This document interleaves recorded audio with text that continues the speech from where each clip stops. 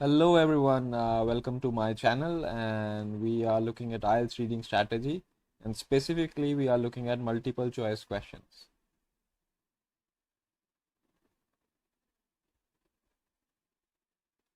So the contents are, we'll cover the basics, I'll share the tips and strategies with you, secondly practice question and then explanation. So some useful information about multiple choice questions. पहली चीज़ कि question क्या करते हैं, sequence follow करते हैं, text में order follow करते हैं. फॉर एग्जांपल अगर किसी पैराग्राफ में फर्स्ट पैराग्राफ में आपको क्वेश्चन नंबर 1 मिला, तो आपको उस सेकंड वाला आंसर उसके बाद वाली लाइन में मिलेगा या उसके बाद वाले पैराग्राफ में मिलेगा, उससे पहले वाले पैराग्राफ या उसमें नहीं मिलेगा आपको. ठीक है. सेकेंडली, क्वेश्चंस रिपीट कीवर्ड्स और their synonyms from the text. ऐसा नहीं है कि आपको डायरेक्टली वही लाइन आपको अपने पैसेज में मिल जाएगी, कुछ सिनोनिम्स यूज हो सकते हैं, तो उसका ध्यान रखेंगे आप. Multiple choice questions have 3 or 4 answers, only one of which is correct. Usually there are such type of answers. अब आपको 3 से 4 ऑप्शन मिलेंगे, तो जनरली क्या फॉर्मेट रहता है आपको, अगर आप आइडेंटिफाई करोगे किस टाइप के आपको आंसर्स मिलेंगे. एक आपको मिलेगा irrelevant answer that gives information which is not stated in the text. कुछ ऐसा आंसर मिलेगा जिसका ना टेक्स्ट में कोई बात कही गई है, सिर्फ आपको कंफ्यूज करने के लिए कहा गया है. B option, answer that gives completely opposite information. जो आपसे पूछा ही नहीं गया है उसका कंप्लीटली अपोजिट इन्फॉर्मेशन दिया जा रहा है. सी आंसर है, that gives information that figures in the text but not what you are asked about. ये आपको टेक्स्ट ऐसा है जो आपको अपनी पैसेज में मिलेगा बट क्वेश्चन से रिलेटेड नहीं है ये, और एक करेक्ट आंसर होगा. तो इस टाइप के आपको ऑप्शंस मिलते हैं जो मैंने आपको बताया, कि एक इररेलेवेंट आंसर होगा जिसका टेक्स्ट में कोई बात नहीं कही गई है, एक कंप्लीटली अपोजिट इन्फॉर्मेशन मिलेगी आपको, एक मिलेगा कि टेक्स्ट में वो लिखा गया है बट आपके क्वेश्चन में नहीं पूछा गया है, इररेलेवेंट आंसर है, एंड लास्टली एक आपका करेक्ट आंसर होगा. And what should be your answering strategy. Firstly read the question. सबसे इंपॉर्टेंट ये है कि पहले आप क्वेश्चन सही से पढ़ो और कीवर्ड्स को अंडरलाइन करो.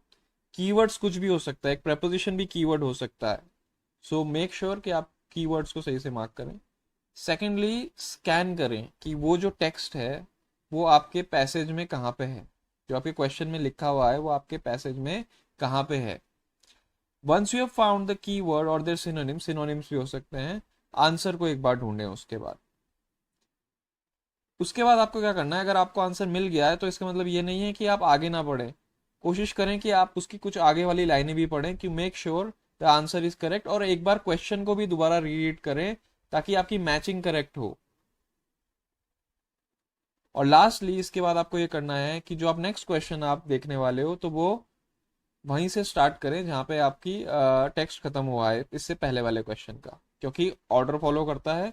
तो इसके जो क्वेश्चन आपने करा है उसके बाद वाली लाइन या उसके नेक्स्ट पैराग्राफ में ही क्या होगा, उसके बाद वाले क्वेश्चन का आंसर छुपा होगा. तो एक बार रिवाइज कर लेते हैं जो मैंने आपको आंसरिंग स्ट्रैटेजी बताई. तो हमारी स्ट्रैटेजी क्या है, सबसे पहले आप पढ़ेंगे क्वेश्चन को और क्या करेंगे, अंडरलाइन करेंगे कीवर्ड्स को. उसके बाद स्कैन करके, स्कैन करने का मतलब क्या है कि उसे, जो आपने क्वेश्चन को पढ़ा है उसको आप अपने पैसेज में लोकेट करेंगे या ढूंढेंगे वो कहाँ पे है. उसके बाद आपको कीवर्ड्स और सिनोनिम्स को देखना है कि वो मैच हो रहे हैं या नहीं हो रहे हैं. अगर आपको आंसर मिल गया है फिर भी आपको क्या करना है, टू बी श्योर आपको क्या करना है, नेक्स्ट फ्यू लाइंस को पढ़ना है एंड मेक श्योर कि वो आंसर सही है, और एक बार फिर से क्वेश्चन को भी पढ़ना है ताकि 100% आप अश्योर हो जाओ कि आंसर आपका सही है.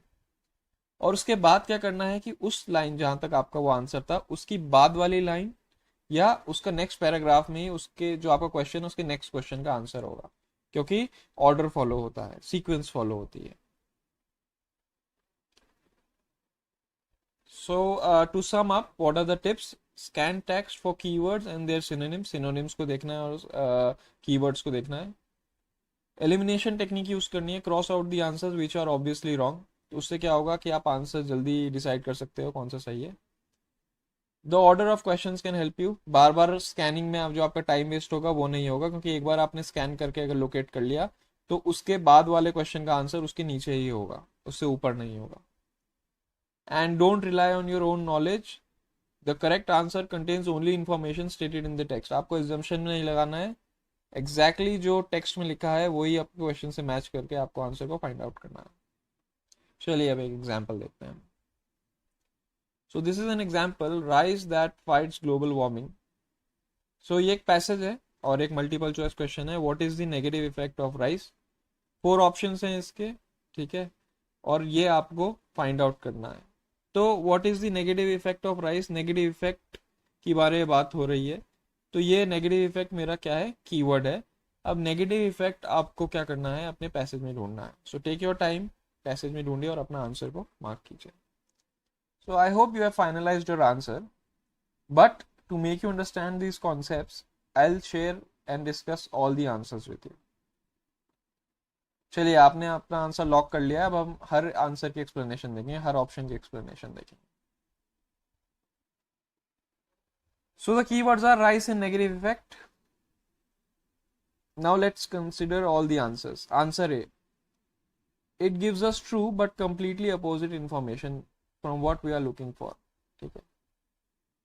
The first sentence tells us that more than half of the global population relies on rice as a regular part of diet. But it is a positive effect and we are looking for a negative one. So the answer is false. ये answer नहीं होगा क्योंकि हम negative effect को देख रहे हैं और ये तो पॉजिटिव बात बता रहा है। Answer B. Answer B also gives the true information, but it is not you are asked about. Look at the third sentence which contains information about information that answer B uses. That is even more than coal mining emissions, which make 10% of total. So this sentence is used only to highlight the negative effect, not to state it. So answer B में जो आपको information मिल रही है वो answer नहीं है जो आपको क्वेश्चन में पूछा गया है। चलिए और ऑप्शन देखते हैं। Answer C is correct. अगर आप सेकेंड सेंटेंस को क्लियरली पढ़ें, the second sentence clearly states the negative effect. Sentence को पढ़िए। But the rice paddies have a downside. Downside का मतलब क्या होता है, नेगेटिव इफेक्ट। तो एग्जैक्टली सिनोनिम मैच कर रहा है और राइस भी मेरा कीवर्ड मैच कर रहा है, तो पूरा पढ़ते हैं। But the rice paddies have a downside for the planet too. They produce as much as 17% of the world's total methane emissions. तो मेरा ये आंसर परफेक्टली फिट हो रहा है जो मैं क्वेश्चन में पूछ रहा हूँ कि what is the negative effect of rice. वही इसमें राइस की नेगेटिव इफेक्ट बता रहा है, जो उसका सिनोनिम यूज किया गया है वो डाउन साइड यूज किया गया है।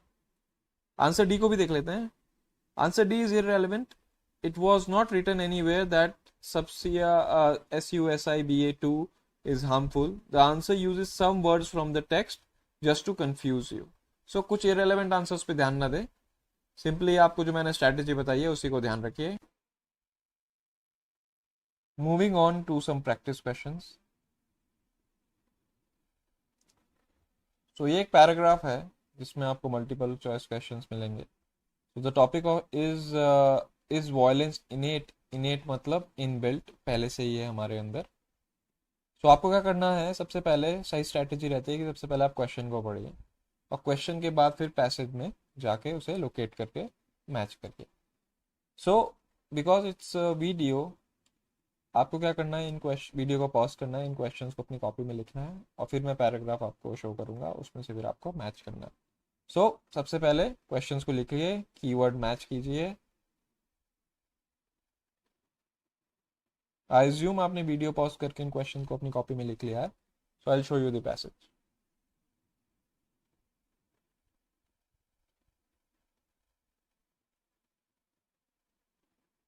Okay, moving on to the third and fourth answer.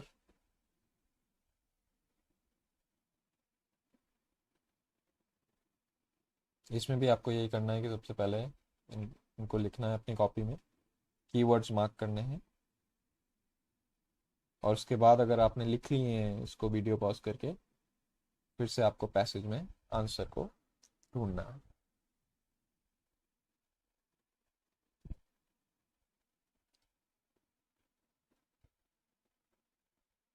So at this point in time I believe आपने सारे आंसर्स को आपने फाइंड आउट कर लिया and you are ready with answers, so हम एक एक आंसर को डिस्कस करेंगे.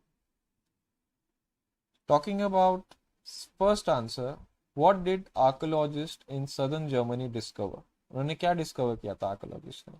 चार ऑप्शन है, तो अगर मैं पैसेज में जाऊं, इन 1983 archaeologists in southern Germany discovered a mass grave containing 34 skeletons. सो ये एग्जैक्टली मेरे थर्ड बी ऑप्शन में है, ग्रेवयार्ड कंटेनिंग 34 स्केलेटन्स. तो डायरेक्टली मैच हो गया है. मैंने क्या किया, सबसे पहले क्वेश्चन को पढ़ा, क्वेश्चन को मैंने क्या किया वहाँ पे अपने पैसेज में फाइंड आउट करके और ऑप्शन में मैच किया, तो बी ऑप्शन एग्जैक्टली मैच हो रहा है. Second, why did scientists suggested that those people were killed whilst running away. तो मेरे पे चार ऑप्शंस हैं. सो whilst running away और killed ये मेरे कीवर्ड्स हैं. सो मैंने पैसेज में जाके देखा फोर्थ लाइन में मैंने लोकेट कर लिया were killed whilst running away, कहीं ना कहीं मेरे कीवर्ड मैच हुए. अब मैंने क्या किया, मैंने पूरी लाइन पढ़ी. None of them showed any signs of defensive wounds suggesting they were killed whilst running away. So ये exactly जो मेरा ऑप्शन है, ये डिफेंसिव वुंड्स वाला, ये मेरा आंसर डी में मेंशन्ड है. सो मैंने इसे मार्क किया and the answer is correct. I'll show it to you at the end. Answer number 3. Why do human beings fight according to the article? तो मेरे पे चार ऑप्शंस हैं, तो इन चार ऑप्शंस को मैंने क्या किया, पैसेज में देखा. पैसेज में जो मेरा सेकंड पैराग्राफ है उसकी second last line, that suggest we have inherited our predilection for warfare from our ape like ancestors. तो ये मेरे सी ऑप्शन में एग्जैक्टली मेंशन्ड है and the answer is correct. Last question, which of the following phrases best describes the main aim of the reading passage. तो मेरे पे चार options हैं, तो अगर मैं सी ऑप्शन को पढ़ूं, to introduce some relics of humans warfare for further discussion whether violence is innate or not. तो ये मेरे, क्योंकि डिस्कशन की बात हो रही है, तो लास्ट लाइन अगर आप पढ़ेंगे, but not everyone agrees that warfare is inbuilt. तो ये ऑप्शन इसी के बारे में बता रहा है, to introduce some relics of humans warfare for further discussion whether violence is innate or not. क्योंकि इनेट और नॉट इस वजह से कह रहा है क्योंकि सब अग्री नहीं करते और इस पर फर्दर डिस्कशन होगा. इसको और मैं आपको अच्छे समझाता हूँ. The reading passage didn't give any information about fighting among different species. Two archaeologists were mentioned, nothing was written about archaeology. Humans' violence was not suggested to be interpreted. Author only gave one reason of practicing warfare. In the beginning of the text, some relics of human warfare were introduced. And the last sentence in this passage, but not everyone agrees that warfare is inbuilt. तो ये दोनों जो चीज़ें हैं कि शुरू में introduce किया उन्होंने रेलिक्स के बारे में ह्यूमन वॉरफेयर के, और लास्ट पैसेज में उन्होंने कहा but not everyone agrees that warfare is inbuilt. तो ये क्या करता है, एक स्टार्ट है फर्दर डिस्कशन के लिए weather violence is innate or not. So exactly मेरा सी ऑप्शन यहाँ पे मैच कर गया. So I really appreciate your precious time. जो मैंने आपको स्ट्रैटेजी बताई है उसको आप अगर फॉलो करेंगे तो, and with time obviously with practice, जो भी आप प्रैक्टिस क्वेश्चंस को करते हैं, जो भी आपके प्रैक्टिस पेपर हैं, धीरे धीरे इन स्ट्रैटेजीज को आप लगाएं. सो आई एम श्योर कि आपके आंसर्स मोर और लेस करेक्ट होने शुरू हो जाएंगे.